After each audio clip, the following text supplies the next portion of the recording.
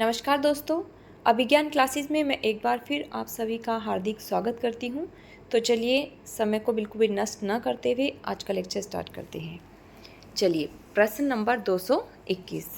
यहाँ कुछ रचनाएं और उनके रचनाकार दिए गए हैं जिनको सुमेलित करना है। तो राउरवेल ये रोड़ा कवि की रचना है, खुमान रासो ये दलपति विजय की रचना है, चंदन बाला रास ये आसगु की है और योगचर्या ये डोम्बिपा की रचना है। यहाँ इनका सुमेलित रूप दिया हुआ है, एक बार और देख लेते हैं। राउरवेल ये रोड़ा कवि, खुमान रासो दलपति विजय, चंदन बाला रास आसगु और योगचर्या डोम्बिपा। चलिए नेक्स्ट प्रश्न देख लेते हैं। कीर्तिलता किस भाषा की रचना है? तो कीर्तिलता ये अवहट्ट भाषा की रचना है। कीर्तिलता की भाषा अवहट्ट है। इसके लेखक विद्यापति हैं। विद्यापति की कुछ अन्य रचनाएं हैं, आइए उनकी भाषा भी देख लेते हैं। सबसे पहले हम उनकी संस्कृत भाषा की जो रचनाएं हैं वो देख लेते हैं।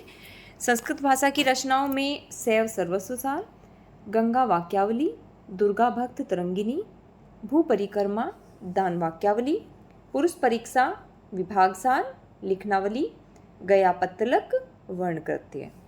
चलिए अब इनकी अवहट्ट या अपभ्रंश भाषा में रचित रचनाएं देख लेते हैं।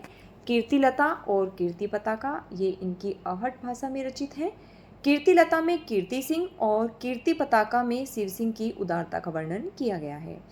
आइए अब विद्यापति की जो रचनाएं मैथिली भाषा में रचित है वो देख लेते हैं। एक है इनकी पदावली और गोरक्ष विजय ये नाटक है। गोरक्ष विजय का गद्य भाग संस्कृत भाषा में तथा पद भाग मैथिली भाषा में रचित है। चलिए नेक्स्ट प्रश्न देख लेते हैं। आदिकाल में किस कवि ने अवहट्ट भाषा में रचना की है?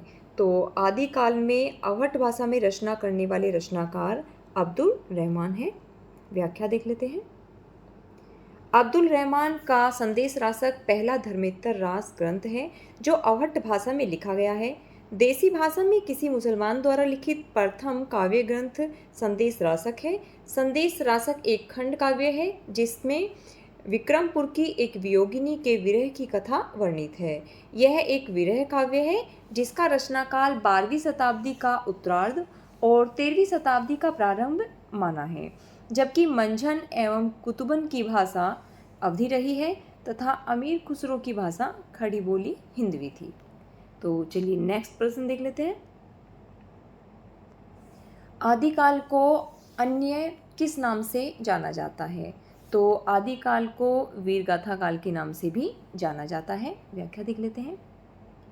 आदिकाल को वीरगाथा काल के नाम से भी जाना जाता है। विभिन्न विद्वानों ने आदिकाल का नामकरण इस प्रकार किया है। तो आदिकाल को चारण काल कहने वाले डॉक्टर ग्रियर्सन हैं। आदिकाल ये नाम हजारी प्रसाद द्विवेदी ने दिया है। वीरगाथा काल ये रामचंद्र शुक्ल ने। आरंभिक काल मिश्र बंधु। सिद्ध सामंत काल ये राहुल सांकृत्यायन। बीजवपन काल महावीर प्रसाद द्विवेदी और आदिकाल को ही संधि काल एवं चारण काल कहा है रामकुमार वर्मा ने। तो चलिए नेक्स्ट प्रश्न देख लेते हैं। यहाँ पर दिया गया है कि निम्नलिखित कवियों का सही कालक्रम बताइए। तो सुमेलित रूप देख लेते हैं। सरहपा जिनका समय 8वीं शताब्दी रहा है राहुल सांकृत्यायन के अनुसार। गोरखनाथ का समय 9वीं सदी रहा है, ये भी राहुल सांकृत्यायन के अनुसार ही है। हेमचंद का समय 11वीं सदी रहा है। वहीं सोम प्रभु का समय 12वीं शताब्दी रहा है। चलिए नेक्स्ट प्रश्न देख लेते हैं। आल्हा किस ऋतु में गाया जाता है? तो आल्हा वर्षा ऋतु में गाया जाता है। व्याख्या देख लेते हैं। रासो काव्य परंपरा के प्रमुख कवि जगनिक के द्वारा रचित ग्रंथ परमाल रासो, जिसका दूसरा नाम आल्हा खंड है, जिसका प्रकाशन 1230 ईस्वी में हुआ, ये एक वीर गीत काव्य है जो सामान्य रूप से वर्षा ऋतु में ही गाया जाता है। नेक्स्ट प्रश्न देख लेते हैं। यहाँ पे कुछ रचनाएं और उनके रचनाकार दिए गए हैं।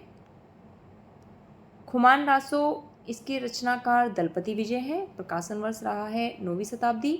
परमाल रासो इनकी आल्हा खंडवी से कहा जाता है, इसके रचनाकार जगनिक है। बीसल देव रासो के रचनाकार नरपति नाल्ह हैं। पृथ्वीराज रासो के रचनाकार चंद बरदाई तथा संदेश रासक के रचनाकार अब्दुल रहमान हैं। कुछ महत्वपूर्ण बिंदु दिया गया है, यहाँ देख लेते हैं। संदेश रासक देसी भाषा की किसी मुसलमान के द्वारा लिखा गया पहला धर्मेतर रास ग्रंथ है और यह एक खंड काव्य है। तो चलिए नेक्स्ट प्रश्न देख लेते हैं। किन रचनाकारों की भाषा को संधा भाषा कहा गया है? तो बौद्ध और सिद्धों की भाषा को संधा भाषा कहा गया है। व्याख्या देख लेते हैं। यह नाम मुनिदत्त तथा अद्वैय वज्र ने दिया था। किसको? संधा भाषा जो दिया गया था नाम, यह नाम मुनिदत्त तथा अद्वैय वज्र ने दिया था। अंतः साधनात्मक भावनाओं को व्यक्त करने के कारण इनकी भाषा को संधा भाषा कहा जाता है। चलिए नेक्स्ट प्रश्न देख लेते हैं। यहाँ पर रचनाएं और उनकी काव्य भाषा से उनको सुमेलित करना है। आइए सुमेलित रूप देख लेते हैं। विजयपाल रासो ये नल सिंह की रचना है और इसकी भाषा अपभ्रंश रही है। चर्या गीत कोश ये सरापा की रचना है जिसकी भाषा संधा भाषा है। कीर्तिलता ये विद्यापति की है जिसकी रचना उन्होंने अवहट भाषा में की। खुसरो की पहेलियाँ ये अमीर खुसरो की रचना है जिसकी भाषा हिंदवी रही है। पदावली ये आपका विद्यापति जी की रचना है जो कि मैथिली भाषा में है। चलिए यहाँ पे महत्वपूर्ण बिंदु है, देख लेते हैं।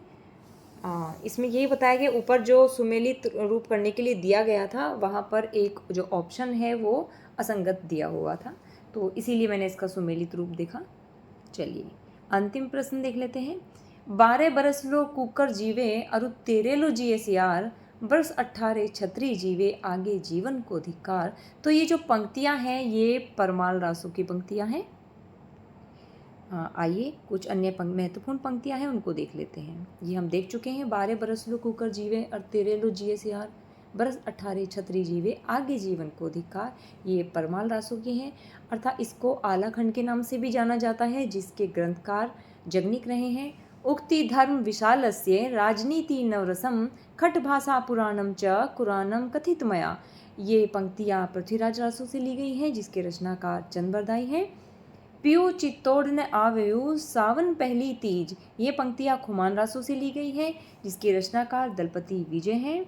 चलियो वीर हम्मीर पा अमर में इनी कंपई, ये पंक्तियाँ हम्मीर रासो से ली गई हैं तथा इसके जो रचनाकार हैं वो सारंगधर हैं। तो आज का लेक्चर यहीं समाप्त करते हैं। अगर आपको ये प्रयास अच्छा लग रहा है तो इसे लाइक, शेयर और सब्सक्राइब कीजिएगा। Thanks for watching.